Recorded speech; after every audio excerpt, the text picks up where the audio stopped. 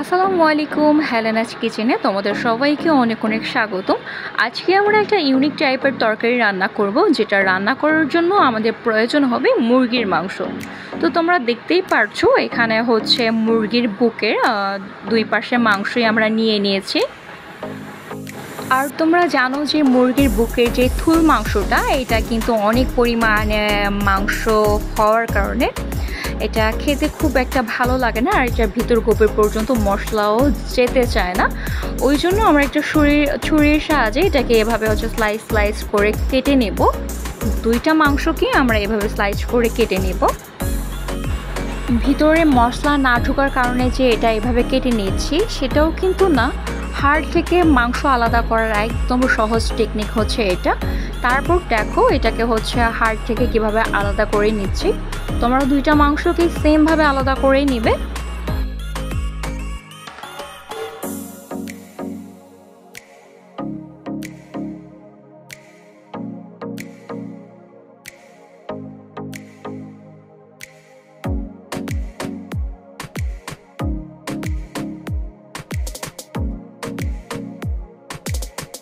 দেখো মাংসগুলা কিন্তু এক এক করে আমাদের আলাদা করা হয়ে গেছে। এরপর আমরা একটা বোলে নিয়ে নিচ্ছি।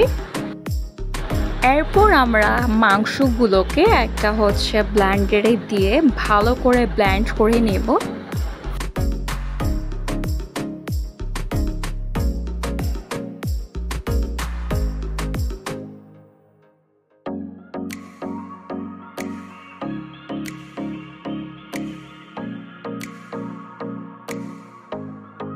তোমরা ট্রাই করবে মুরগির মাংসগুলো যত ছোট ছোট পিস করা যায় ব্লেন্ডারে তত ভালো একটা ফিনিশিং আসবে। তারপর দেখো এই মাংসগুলোর সাথে আমরা দিয়ে দিচ্ছি একটু আদা রসুন বাটা। এরপর দিয়ে দেব জিরা বাটা। আর এখন যে জিনিসটা দেব সেটা দেখে তোমরা ভাবতে পারো যে মসুরের ডাল বাটা হয়তো দিয়েছি, কিন্তু আসলে না, এটাতে টমেটো, পেঁয়াজ আর কাঁচামরিচ আছে, এই জন্য এটার রঙটা এরকম একটু মসুরের ডালের মতো আসতেছে। তারপর দিয়ে দিচ্ছি গরম মশলা। এরপর দিয়ে দেব স্বাদ মতো লবণ। এরপর দিয়ে দেব হলুদ গুঁড়া, লাল মরিচের গুঁড়া আর 4টা পেঁয়াজ কুচি করে কাটা। এরপর দিয়ে দেব একটা সিদ্ধ করা আলু।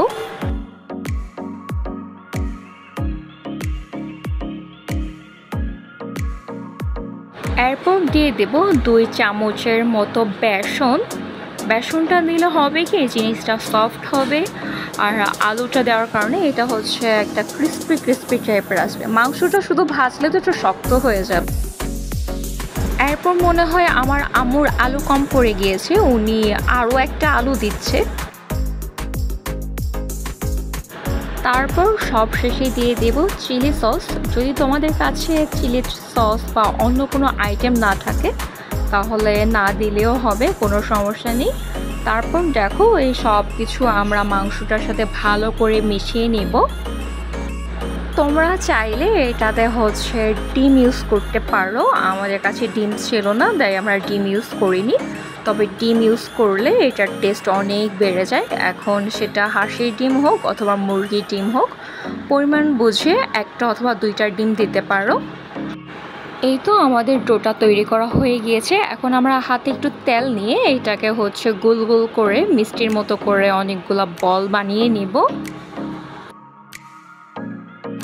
তোমরা যদি একটু বেশি অলস হয়ে থাকো তাহলে লাস্টের দিক দিয়ে সেভাবে এক হাতে ওইটা বানাতে পারো।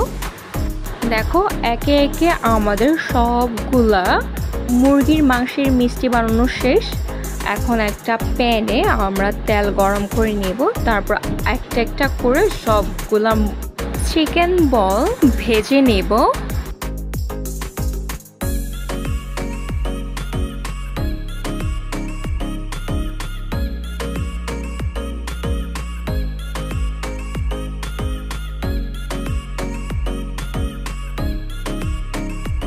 ফাইনালি আমাদের সবগুলা চিকেন বল ভাজা শেষ। এখন আমরা তেল থেকে এটাকে তুলে নিচ্ছি।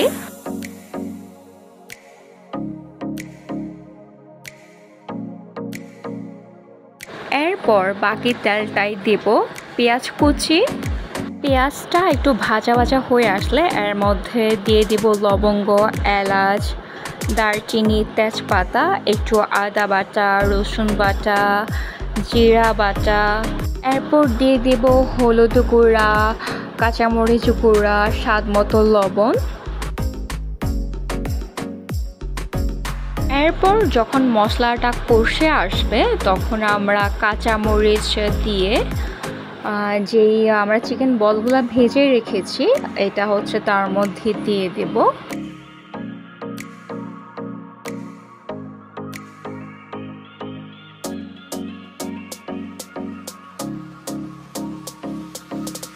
এটাকে ভালো করে মশলার সাথে কষিয়ে নিলেই কিন্তু হয়ে যাচ্ছে আমাদের মজাদার চিকেন কারি। তোমরা যদি ঝোল পছন্দ করো তাহলে এটাতে পানি ইউজ করে ঝোল করতে পারো, কিন্তু আমরা এটা ঝোল করব না, আমরা এটাকে হচ্ছে এরকমই রাখবো। আর এই রেসিপিটা তোমরা অবশ্যই বাসায় ট্রাই করবে এবং আমাকে জানাবে যে তোমাদের রেসিপিটা কেমন হয়েছে। আর তোমরা যারা আমাদের এই চ্যানেলটাতে নতুন আছো তারা অবশ্যই আমাদের চ্যানেলটাকে সাবস্ক্রাইব করবে। তো আজকে এ পর্যন্তই, আল্লাহ হাফেজ।